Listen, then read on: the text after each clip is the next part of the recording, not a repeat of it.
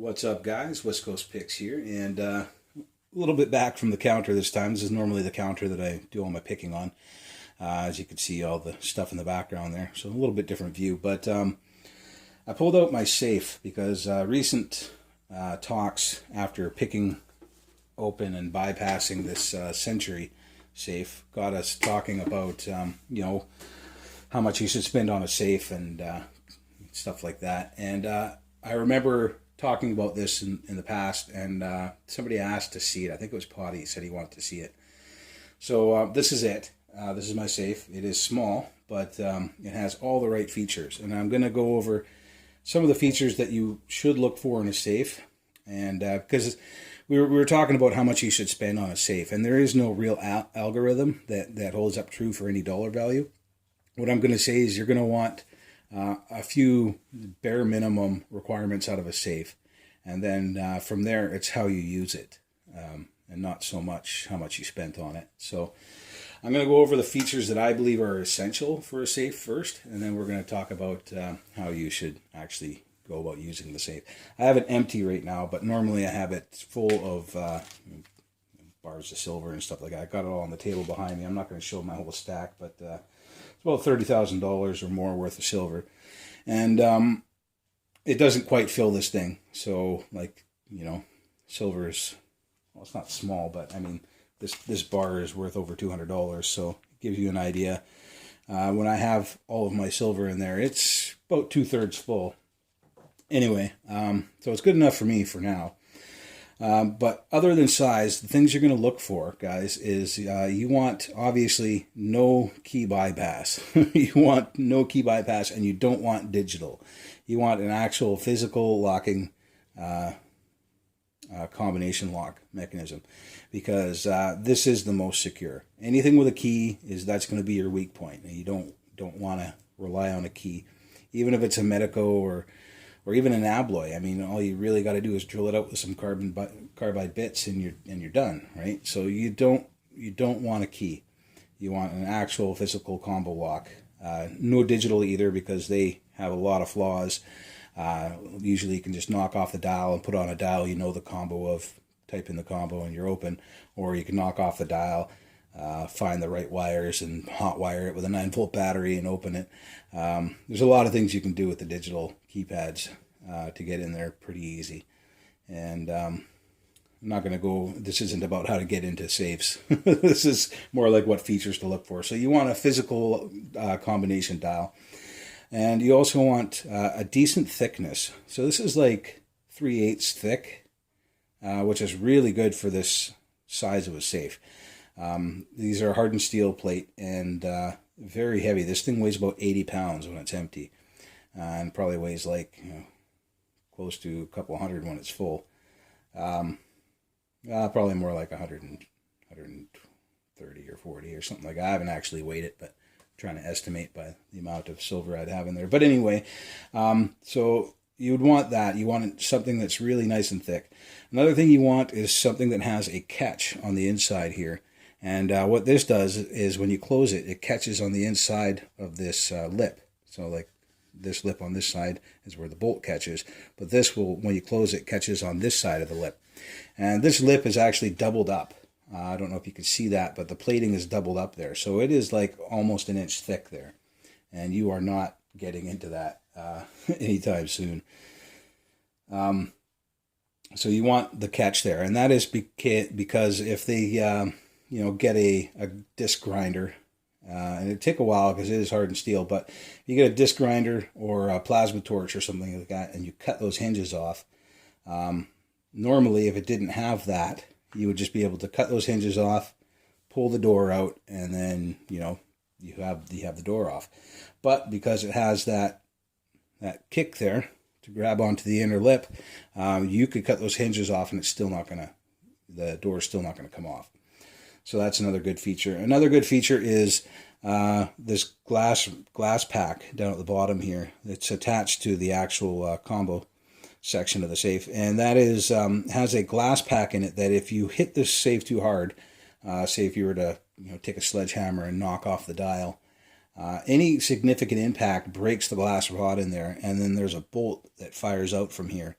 effectively locking up the door. So even if you were to bust that right off, get into the internal mechanism and start finagling with it, it doesn't matter, because that glass relocker has actually triggered, and you're not going to get it open. So you would have to actually get a locksmith to come in here professionally, open this thing somehow, and get a whole new mechanism if that was the case.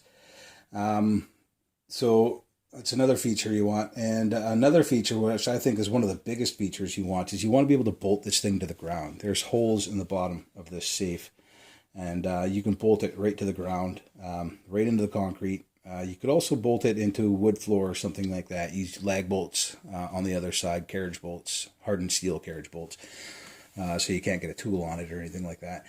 But the best way is to just concrete right into the concrete, and it's not going anywhere.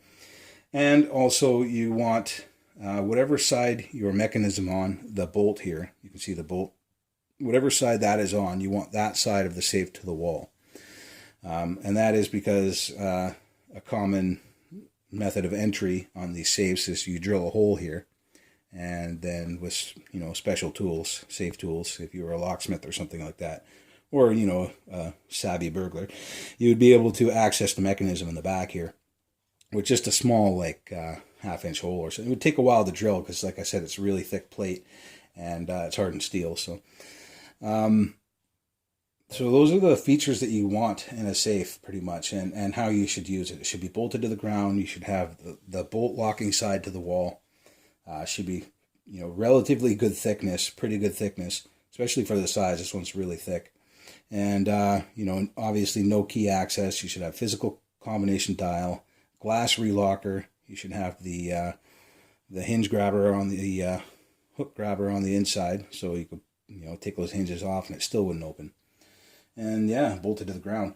And the last thing I'm going to say about how to properly use a safe, guys, other than bolting it to the ground and having the bolt side to the wall, you should also have it in a place where nobody can find it. I mean, I have this safe hidden in my house that if I left any one of you in my house for, I don't know, days, you would not be able to find this safe. You would turn my place upside down and pull everything apart, and you would still not find my safe, because I know how to hide things. Think outside of the box a little bit.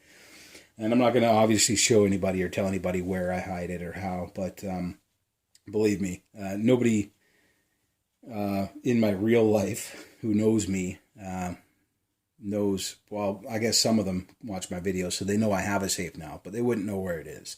I mean, it's not in my closet, it's not under my bed, it's not, anything silly like that. It's actually very well hidden, and I spent more hiding this safe than I did on the safe itself. So it's all in how you use it, guys. If nobody knows where it is, they obviously can't try tampering with it. But if for some reason, for whatever reason, if they did happen to find it, all those precautions will make sure that they can't just walk away with it or tamper with it and get into it. So you don't necessarily have to spend thousands and thousands of dollars on a safe just to be safe.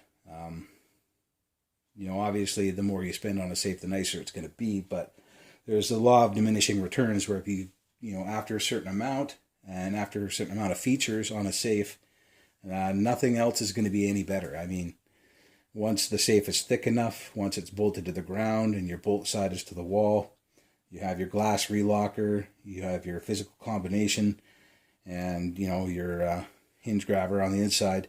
After you have those features, there's not really any other features that's going to make it any more safe. So you get to a certain point and it's just not worth blowing more money. So everybody who was wondering, when I was talking about my safe earlier, what it looked like, this is it. Anybody who was wondering how you actually properly implement a safe, that is how you do it. You make sure it's hidden very, very well, that it's bolted to the ground, this side is to the wall, and then it has all the good features. Other than that, guys, like I said, this cost me $150. I got a deal on it, obviously, because I know the guy who sold it to me. But you know, even at $500, this is a really nice safe. And I think bare minimum, if you're going to actually buy a safe to store valuables in, it should have all of these features. All right, guys, so that's my opinion, and that is my safe. So if you guys have any questions, other than where I hide it, just let me know, and we could talk about it in the comments below. All right, guys, later.